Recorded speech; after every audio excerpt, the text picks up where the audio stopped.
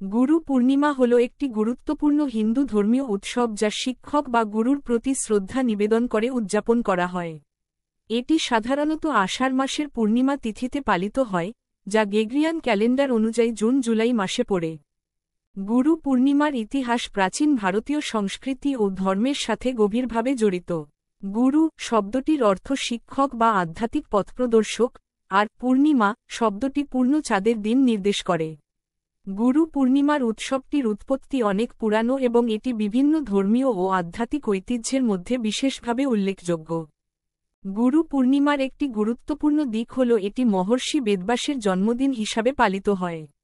বেদব্যাস ছিলেন মহান হিন্দু ঋষি এবং মহাভারতের রচয়িতা।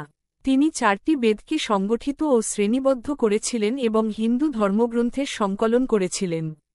তাই তাকে বেদব্যাস বা বেদগুলির বিভাজক বলা হয়। গুরু পূর্ণিমা তাই ব্যাস পূর্ণিমা নামেও পরিচিত। অন্যদিকে বৌদ্ধ ধর্মেও গুরু পূর্ণিমার একটি বিশেষ স্থান রয়েছে। এই দিনটিতে গৌতম বুদ্ধ তার প্রথম ধর্মপ্রচার করেছিলেন বলে বিশ্বাস করা হয়।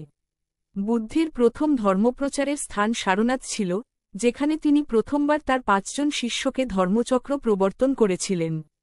তাই বৌদ্ধরা গুরু পূর্ণিমা দিনটিতে তাদের আধ্যাত্মিক শিক্ষকের প্রতি শ্রদ্ধা নিবেদন করে। গুরু পূর্ণিমার ইতিহাসের আরও একটি গুরুত্বপূর্ণ দিক হল এটি আধ্যাত্মিক ও যোগী ঐতিহ্যের মধ্যে বিশেষভাবে গুরুত্ব পায়। অনেক যোগী ও আধ্যাত্মিক গুরু তাদের শিষ্যদের সাথে এই দিনটি উদযাপন করে থাকেন। গুরু পূর্ণিমা শিষ্যদের জন্য তাদের গুরুর প্রতি কৃতজ্ঞতা প্রকাশের একটি বিশেষ সময়। উৎসবটি সাধারণত পূজা, আরতি, ভজন ও কীর্তনের মাধ্যমে উদযাপিত হয়। শিষ্যরা তাদের গুরুর আশীর্বাদ গ্রহণ করে এবং তাদের জীবনের জ্ঞান ও দীক্ষার জন্য কৃতজ্ঞতা প্রকাশ করে।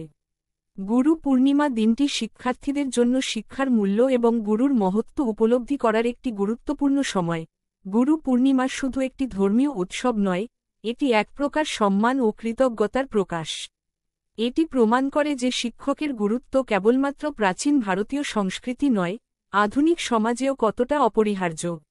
গুরু পূর্ণিমা আমাদের স্মরণ করিয়ে দেয় যে জ্ঞানের আলো ছড়ানোর জন্য গুরুর ভূমিকা অপরিসীম, এবং তাদের প্রতি শ্রদ্ধা ও কৃতজ্ঞতা প্রকাশ করা আমাদের কর্তব্য। উপসংহারে, গুরু পূর্ণিমার ইতিহাস হিন্দু, বৌদ্ধ এবং অন্যান্য আধ্যাত্মিক ঐতিহ্যের সাথে গভীরভাবে সংযুক্ত। এটি শিক্ষার, জ্ঞানের এবং আধ্যাত্মিকতার প্রতীক এবং শিক্ষক ও শিক্ষার্থীর সম্পর্কের একটি চিরন্তন উদাহরণ। এই দিনটি আমাদের মনে করিয়ে দেয় যে জ্ঞান অর্জনের পথে গুরু আমাদের সবচেয়ে গুরুত্বপূর্ণ পথপ্রদর্শক।